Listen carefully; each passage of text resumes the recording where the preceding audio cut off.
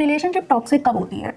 जब आपको सपोर्ट ना फील हो अपने पार्टनर से, या फिर आप बहुत ज़्यादा लड़ाई झगड़े कर रहे हो, कॉन्फिडेंस आपका कम हो रहा है, आपकी सेल्फ वर्थ कम हो रही है, या फिर आप अपने लिए डिसीजंस भी नहीं ले पा रहे हो, कोई और आपके लिए डिसीजंस ले रहा है। तो अगर आप इसमें से किसी भी एक चीज़ से रिलेट कर पाए हो, then you click on the right video, क्योंकि इस वीडियो में मैं आपको बताऊंगी कि आप एक्चुअली ऐसी रिलेशनशिप से बाहर निकल सकते हो। इट इज़ पॉसिबल, क्योंकि इसके पीछे साइकोलॉजिकल पैटर्न्स हैं। ऐसा नहीं है कि आपके साथ ऐसा हो रहा है क्योंकि आप डिजर्व करते हो, आप कुछ गलत कर रहे हो, आपको ऐसे थॉट्स आएंगे कि आप गलत कर रहे हो, बट ऐसा कुछ भी नहीं है। इसके पीछे पैटर्न्स हैं, लॉजिक है, और वो हम इस वीडियो में डिस्कस करेंगे। Hi, my name is Mansi, I am a content on self development, और मैं आपके पेन पॉइंट्स, आपकी चैलेंजेस समझ के आपको एक्शनेबल टिप्स और ट्रिक्स शेयर करती हूँ, ताकि आप एक्चुअली एक्शन लो and you become a better version of yourself. So if that works for you, please don't forget to subscribe to this channel. ये जो टॉक्सिक रिलेशनशिप का टॉपिक है ना, मैं बहुत पैशनेट हूँ इसके बारे में, और I have a lot to share about this, क्योंकि कहीं ना कहीं मैं भी इस सिचुएशन से निकल चुकी हूँ। I have worked on my self, I got out of those relationships, इसलिए मैं आपसे भी शेयर करना चाहती हूँ, so that I can make a difference. At least एक इंसान में भी अगर कोई चेंज आता है या उनकी लाइफ चेंज हो जाती है इस वीडियो की वजह से, I will be very grateful and happy. तो इस वीडियो में मैं आपको बताऊंगी व्हाई वी फील स्टक, हम इस रिलेशनशिप में फंस क्यों जाते हैं और क्यों हम बाहर नहीं निकल पाते हैं। सेकंड, मैं आपको बताऊंगी क्यों हम बाकी लोगों से ज्यादा वल्नरेबल होते हैं, थोड़े ज्यादा वल्नरेबल होते हैं, इमोशनली थोड़े से डिफिकल्ट होता है हमारे लिए बाहर निकलना। और finally obviously I will share a lot of tips जिससे आप इससे बाहर निकल सकते हो, और आपकी हीलिंग जर्नी के बारे में हम डिस्कस करेंगे कि वो कैसे होने वाली है। तो थोड़ा लंबा वीडियो होने वाला है, so please grab a snack, a notebook, ताकि आप नोट्स ले सको, एंड लेट्स गेट स्टार्टेड। तो सबसे पहले हम बात करेंगे व्हाई वी फील स्टक, और इसके पीछे साइकोलॉजी क्या है। तो आपको काफी लोगों ने बोला होगा कि भाई तेरे को उसके रेड फ्लैग्स नहीं दिख रहे हैं क्या, या तू क्यों अभी भी इस रिलेशनशिप में फंसी हुई है, तू बाहर क्यों नहीं निकलती, तो उसके लिए कुछ एक्शन क्यों नहीं लेती है। बट ये इतना आसान होता नहीं है, क्योंकि इसके पीछे कुछ डीप रूटेड पैटर्न्स होते हैं। आज हम उसके बारे में क्विकली डिस्कस करते हैं। So the first one is straight up with in. आपके चाइल्डहुड में ना बहुत सारे इन्फ्लुएंशियल लोग होते हैं, क्योंकि आप छोटे हो, आप लोगों से सीखते हो, तो वो पेरेंट्स हो सकते हैं, टीचर्स हो सकते हैं, फैमिली मेंबर्स हो सकते हैं। वो आपको हमेशा बोलते होंगे कि गिव अप मत करो, चेंज करो, बी बेटर, इंप्रूव थिंग्स, जिसकी वजह से आपकी जो इनर वॉइस है वो ना ऐसे चैनलाइज हो जाती है कि वो अब आपको बोल रही है कि you can change that person, try to fix the relationship, जिसकी वजह से you feel stuck in the relationship. Second reason is the hot and cold cycle. इसमें क्या होता है ना, आपके पार्टनर आपको दो तरह का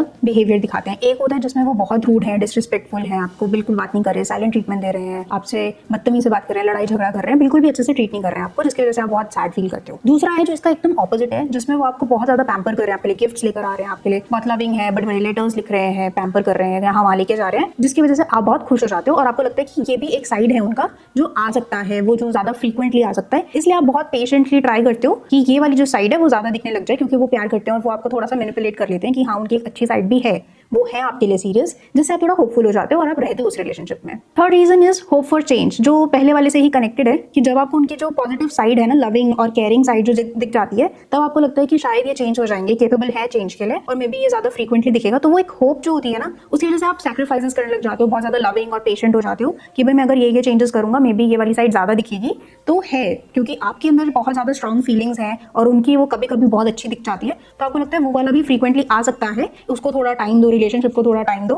इसलिए वो होप जाग जाती है कि हाँ वो चेंजेस आएंगे और मैं रहूंगा इस रिलेशनशिप में और बेटर हो जाएगा इवेंचुअली। एक और बहुत कॉमन रीजन है, that is the fear of being alone. आपको लगता है अगर आप ब्रेकअप कर लोगे या छोड़ दोगे और फिर आपको वापस से शुरू करना पड़ेगा, आपको नया इंसान ढूंढना पड़ेगा, नया पार्टनर ढूंढना पड़ेगा, और अगर आपको कोई पार्टनर नहीं मिला तो आपको लगेगा कि मैं अकेला ही रह जाऊंगा, लोनलीनेस का बहुत डर रहता है, और फिर आपको लगता है कि एक खराब रिलेशनशिप नो रिलेशनशिप से बेटर है। Another reason is low self esteem. आपको लगता है कि आप डिजर्व करते हो, आप जो टॉक्सिक रिलेशनशिप में हो, आपके पार्टनर भी आपको ऐसे मैनिपुलेट करते हैं, आपका कॉन्फिडेंस कम करते हैं, आपको गैसलाइट करते हैं, जिसकी वजह से आपको लगता है maybe I am not good enough, maybe I deserve this, इसलिए भी आप इस रिलेशनशिप में स्टक हो। Another reason is shame and isolation. Maybe ऐसा हो सकता है कि आपके पार्टनर आपको ज्यादा लोगों से बात नहीं करने दे रहे हैं, आपको मना करते हैं इससे बात करने को, उससे बात करने को, जिसकी वजह से आप शेयर नहीं कर पा रहे हो अपने रिलेशनशिप को। या फिर ये भी हो सकता है कि आप खुद भी एम्बैरेस्ड फील करते हो, इसलिए आप ज्यादा लोगों से शेयर नहीं करते, आप आइसोलेटेड रहते हो, जिसकी वजह से आपको लगता है कि मैं किसी को बताऊंगा नहीं इस रिलेशनशिप के बारे में और वो घुट के खुद ही रहूंगा इस रिलेशनशिप में। One of the biggest reasons is financial dependence. अगर आपके पार्टनर आपका सारा खर्चा उठा रहे हैं तो डेफिनेटली आपको इतना कॉन्फिडेंट फील ही नहीं करोगे कि आप उस रिलेशनशिप से बाहर जाओ, क्योंकि आप उनसे बहुत ज्यादा डिपेंडेंट हो गए हो कि वो आपका सारा खर्चा उठाएंगे, आपको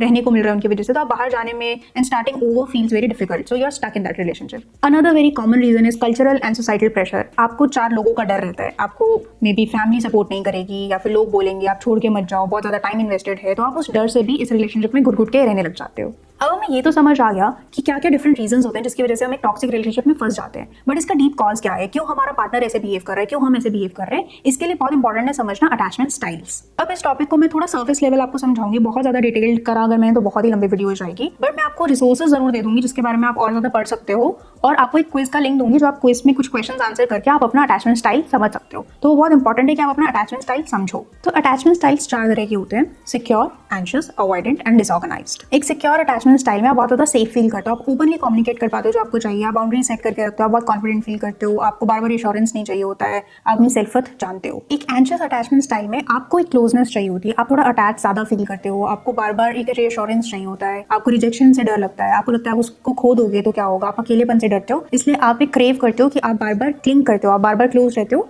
और आपको I love use, I miss use बहुत ज़्यादा चाहिए होता है। Third is avoidant attachment style, ये एकदम ऑपोजिट होता है एंशियस वाले के। इसमें आप थोड़ा सा इंडिपेंडेंट रहते हो, आप क्लोज नहीं आना चाहते, आप अपना एक डिस्टेंस बना के रखना चाहते हो, आपको स्पेस चाहिए होती है, आप बहुत ज़्यादा एक्सप्रेसिव नहीं होते, अपनी नीड्स नहीं बता पाते हो, आपको डिस्टेंस चाहिए, आपको किंगी पार्टनर नहीं चलेगा, आपको है कि एक अपना अलग अलग लाइफ रहे, एक स्पेस बना के रखे और बहुत ज़्यादा इमोशनली वल्नरेबल नहीं होते हो आप। Fourth and final is disorganised attachment style. इसमें आप दो डायरेक्शंस में खींचे चले जाते हो, आपको उनसे क्लोज भी आना है, पब्लिक डिस्टेंस भी मेंटेन करना है, आप चाहते हो कि आई लव यूज भी आए बट बहुत ज़्यादा क्लिंग भी ना करे, आप ट्रस्ट करना भी चाहते हो बट आप नहीं भी कर पाते हो, आप खुद को थोड़ा सा विड्रॉ कर लेते हो बट कभी कभी क्लिंग भी करते हो, इसलिए थोड़ा सा क्योटिक हो जाता है कि रिलेशनशिप और समझना कि आप एक्जैक्टली चाहते क्या हो। अब इन अटैचमेंट स्टाइल्स को समझना भी इंपॉर्टेंट है, क्योंकि मान लो अगर आप अवॉइडेंट हो और आपका पार्टनर एंशियस है तो आप पीछे हट रहे हो और वो और पास आ रहा है, इसलिए वो वर्क नहीं कर पा रहे। तो अगर आप अपने पार्टनर का अटैचमेंट स्टाइल समझोगे, अपना समझोगे, तो आप उसके टुवर्ड्स वर्क भी कर पाओगे। Now let's discuss the main part of the video, how to get out of this relationship, या फिर कैसे इस रिलेशनशिप को सॉल्व किया जाए। तो मैं आपसे कुछ टिप्स शेयर करूंगी जिस पर आप वर्क करके थोड़ा सा इंप्रूवमेंट ला सकते हो अपने लाइफस्टाइल में भी और रिलेशनशिप से बाहर भी निकल सकते हो। Number 1 is recognise the reality. आप पहले तो एक्सेप्ट करो कि हाँ, आप एक टॉक्सिक रिलेशनशिप में हो और आपको इससे बाहर निकलना है, क्योंकि अगर आपने एक्सेप्ट कर लिया ना तो आपने आधी बैटल जीत ली है। अब अपने आपसे क्वेश्चन पूछो, जब आप उनके साथ होते हो, डू यू फील एनर्जाइज्ड और drained?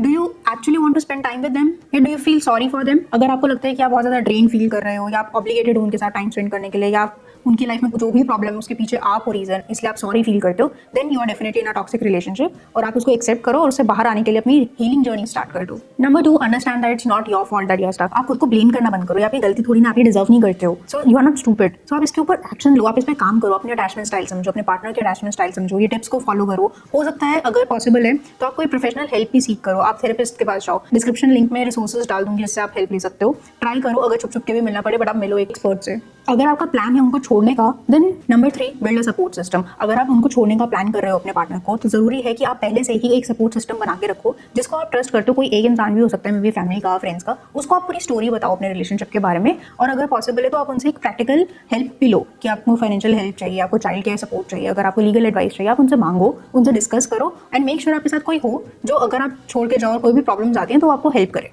Number 4, create a concrete plan. अब आपने इमोशनली तो डिसाइड कर लिया कि हाँ आप उनको छोड़ने वाले हो, बट क्या आप प्रैक्टिकली रेडी हो? आप ऑब्वियसली उनको छोड़ने के बाद आपके लाइफस्टाइल में बहुत चेंजेस आ सकते हैं, क्या आप उसके लिए रेडी हो? क्या आपके पास रहने के लिए जगह है? क्या आप फाइनेंशियली इंडिपेंडेंट हो? क्या आप रह सकते हो? क्या आपको कोई और सपोर्ट चाहिए, चाइल्ड केयर सपोर्ट चाहिए, कुछ और चाहिए? तो उसका एक प्रॉपर प्लान बनाओ कि भाई क्या क्या चीज़ें मुझे लगेंगी, क्या क्या मेरे को मे बी इमोशनली ज़्यादा सपोर्ट चाहिए होगा, मे बी आप बहुत ज़्यादा डिप्रेस हो जाओगे तो आपको एक सहारा चाहिए होगा, कोई फ्रेंड चाहिए होगा, अपना सपोर्ट सिस्टम चाहिए होगा जो आपके साथ रहे, आपको सपोर्ट करे जब आप उनको छोड़ दो। तो वो एक पूरा प्लान बनाओ कि भाई मेरा एक्शन प्लान क्या होगा उनको छोड़ने के बाद, ताकि आप फुल्ली रेडी हो। Step 5 is set clear boundaries and communicate your decision. अब आपने डिसाइड कर लिया है, बहुत इमोशनली और प्रैक्टिकली आप रेडी हो उनको छोड़ने के लिए, तो अब उनको बताना बहुत ज़रूरी है। तो अगर आपको सेफ फील करता है तो आप उनको डायरेक्टली बात करो, उनको समझाओ क्यों, और आप उनको बता दो कि ये आपका फाइनल डिसीजन है। कोई भी स्कोप ऑफ नेगोशिएशन मत रखना, वो ट्राई करेंगे आपको मैनिपुलेट करेंगे कि आप रुक जाओ, स्टे करो, दिल ट्राई टू चेंज, वो आपको बहुत चीज़ें प्रॉमिसेस करेंगे, फेक प्रॉमिसेस होंगे, बट आप बहुत ज़्यादा रिजिड रहना, बच मत करना कि आपका डिसीजन फिक्स्ड है। अगर अनसेफ है उनसे डायरेक्टली बात करना, अगर आपको लगता है उनसे बात करना अनसेफ है तो आप उनको लेटर लिख सकते हो या फिर अपने फ्रेंड के प्रेजेंस में उनसे बात कर सकते हो,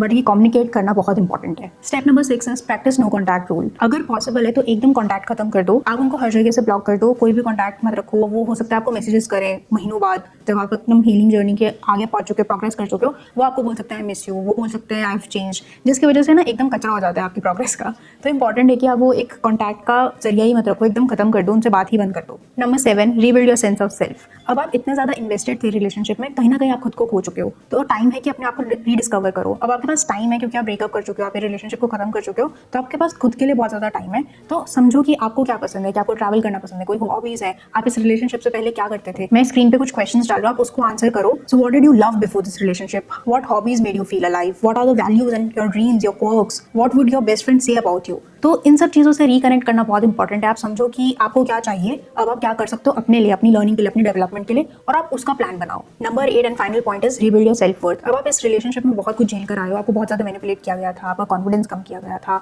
आपको लगता था कि आप डिजर्व करते हो ये सब, अब उन सब चीज़ों पे काम करने का टाइम आ गया है। जैसे कि हमने पिछले पॉइंट पे अपने लिए काम करना स्टार्ट करा, अपनी लर्निंग्स के लिए काम करना स्टार्ट करा, जो आपको पसंद है, टू रीडिस्कवर योरसेल्फ, उस पर काम करा। अब अपनी कॉन्फिडेंस और अपनी सेल्फ वर्थ पे भी काम करना बहुत इंपॉर्टेंट है। अब इसके लिए आप अपनी एफर्मेशंस पे काम कर सकते हो। अगर आप पहले बोलते थे कि maybe I deserve this या फिर I am not good enough, तो आप बोलो कि I deserve better, I am worth it, I deserve kindness, I deserve respect. तो अपने एफर्मेशंस को थोड़ा सा नेगेटिव सेल्फ टॉक को अपने पॉजिटिव सेल्फ टॉक पे लेकर आओ। अपनी छोटी छोटी विंस को सेलिब्रेट करना शुरू करो। अगर आपको बहुत टाइम से उनको रीच आउट नहीं करा है, देन दैट्स अ विन, उसको सेलिब्रेट करो। आप खुद पे काम करो, अपने सेल्फ लव में indulge हो जाओ, अपनी एक्सरसाइज करो, ईट हेल्दी, स्लीप वेल, थोड़ा अपने आप को ट्रीट करो, बाहर लेके जाओ, अपने लिए अलग अलग चीज़ें करो, अपने आप को पैम्पर करो। ये सब चीज़ें बहुत टाइम लेगा, धीरे धीरे आप कर पाओगे। अगर आप एक क्लोज ककून में हो अपने, तो धीरे धीरे करके आप बाहर निकलोगे और आप बटरफ्लाई बन जाओगे for sure. Now finally I want to discuss how your healing journey will look like. मान लो आपने उनको छोड़ दिया, अब आपको बहुत ज़्यादा इमोशंस फील होंगे, आप बहुत ज़्यादा एंगर फील कर सकते हो, सैडनेस फील कर सकते हो, रिलीफ भी फील कर सकते हो, गिल्ट भी फील कर सकते हो, सॉरी भी फील कर सकते हो। तो वो सब चीज़ें बहुत नेचुरल है, नॉर्मल है, फील करो, धीरे धीरे उस पर काम करेंगे। एक हीलिंग जर्नी का कोई डेडलाइन नहीं होता है, वो धीरे धीरे प्रोग्रेस लेता है। तो थोड़ा सा पेशेंस, थोड़ा सा अपने आप को ट्रस्ट करके इस पे काम करना है। आप अपने सपोर्ट सिस्टम से बहुत ज़्यादा कनेक्टेड रहना, ये नहीं कि अब आप खुद ही अकेले ही सब चीज़ें मैनेज कर रहे हो। आप लोगों से बात करो, फ्रेंड से बात करो, फैमिली मेंबर से बात करो, थेरेपिस्ट से बात करो और ट्राई करो कि आप उन टिप्स पे काम कर पाओ। अपनी ग्रोथ पे काम करो, उस पर टाइम इन्वेस्ट करो। आपके पास बहुत सारा टाइम आ गया, अगर आप एक रिलेशनशिप से बाहर आए हो तो आप खुद पे काम करो। जैसे कि हमने टिप्स में डिस्कस करा था, rediscover yourself worth. And please don't rush into a new relationship. I know एकदम से रिलेशनशिप खत्म होने के बाद जब सिंगल हो जाते हो तो थोड़ा सा अजीब लगता है कि कोई पार्टनर नहीं है जिससे बात करने को हो, बट अभी आप खुद पे ही काम करो, खुद पे फोकस करो। एकदम से कोई रिबाउंड रिलेशनशिप या कोई और रिलेशनशिप में मत जाओ, थोड़ा सा टाइम दो खुद को भी, and eventually find a suitable partner for yourself. इसको एक लर्निंग एक्सपीरियंस की तरह लो और अपने आप को समझो कि अब आप वाइजर ही निकले हो इस रिलेशनशिप से बाहर। You have become a better version of yourself and you will become an even better version of yourself. तो एक ये मत आइडेंटिटी मत बनाओ कि आपके साथ बहुत बुरा हुआ है या आपके साथ बुरा ही होता है, आप एक विक्टिम थे। धीरे धीरे उससे बाहर भी निकलो। So these were all the tips and things that I had to share with you. Obviously this is not your fault at all, you don't deserve this. आप इससे बाहर निकल पाओगे, एकदम पॉसिबल है। आपका अटैचमेंट स्टाइल चेंज करना भी बहुत पॉसिबल है, मैंने भी करा था। I was little avoidant, anxious, थोड़ा सा मिक्स थी। Now I am more towards secure, और बिल्कुल पॉसिबल है। मैं गुजरी हूँ इस चीज़ से, इसलिए मैं आपको बता भी पा रही हूँ। एंड आई एम हैप्पी अगर एक भी लाइफ में कोई डिफरेंस आ जाए, and I be very grateful. But before we go, मैं हर एक वीडियो में एक होमवर्क जरूर शेयर करती हूँ ताकि आप एक्चुअली एक्शन लो। ये नहीं कि आपने वीडियो बंद कर दिया और आप अपने लाइफस्टाइल में चले गए हो। I actually want you to take action and change your life. So हम दो चीजें इस होमवर्क में करेंगे। Number 1, identify your patterns and answer these questions. What attachment style am I? क्या आप एंशियस हो, अवॉइडेंट हो, सिक्योर हो, डिसऑर्गेनाइज्ड हो? आप इजीली एक क्विज के थ्रू समझ सकते हो कि आपका अटैचमेंट स्टाइल क्या है। मैं डिस्क्रिप्शन में लिंक डालूंगी उस क्विज का, आप बस क्वेश्चंस आंसर करना और आपको वो बता देंगे कि आप कौन से अटैचमेंट स्टाइल को बिलोंग करते हो। Then what's one behaviour from my partner that keeps me stuck? जो हमने पहले वाले सेक्शन में डिस्कस किया था कि अलग अलग रीजंस होते हैं जिसकी वजह से you are stuck in this relationship. आप वो समझो, आइडेंटिफाई करो कि वो कौन सा रीजन है जिसकी वजह से आप स्टक हो। And then answer what am I afraid will happen if I leave? आप आंसर करो कि आप एक जर्नलिंग सेशन रखो, 10 मिनट आप फ्री फ्लो राइटिंग करोगे और आप आंसर करो कि अगर आपने कल को उनको छोड़ दिया या ये रिलेशनशिप खत्म हो जाता है तो क्या होगा? क्यों आपको डर लगता है कि रिलेशनशिप खत्म हो जाएगा? क्या आपकी एक्सपेक्टेशंस है? क्या कोई चाइल्डहुड डीप रूटेड कॉज है जिसकी वजह से आपको ऐसा लगता है? Second homework is build your support system. कोई भी एक ऐसा फ्रेंड या फैमिली मेंबर या थेरेपिस्ट अगर आप अफोर्ड कर सकते हो, that will be great. Please find a therapist और आप उसको सब कुछ बताओ। आपका पार्टनर में भी ये पसंद ना करे, obviously why would they like it, they are toxic, but फिर भी आप अपनी पूरी स्टोरी बताओ। आप उनसे हेल्प मांगो कि आपको आइसोलेटेड नहीं रहना है, उनको छोड़ने के बाद आपको कॉन्स्टेंट हेल्प चाहिए होगी, और प्लीज आप उनको कम्युनिकेट करो। और ये दोनों होमवर्क आप प्लीज इस वीक करो, एक्शन लो थोड़ा सा। अगर आप थोड़ा सा भी हिम्मत जुटा के एक्शन लेते हो ना, तो धीरे धीरे प्रोग्रेस होगी, बट चीज़ें बेटर हो जाएंगी और आप भी इस पूरे एक केज से बाहर निकल के बहुत फ्री फील करोगे। You definitely deserve better and you have to prove that to yourself. If you like this video, please don't forget to like, share and subscribe, and I will see you next time. Bye.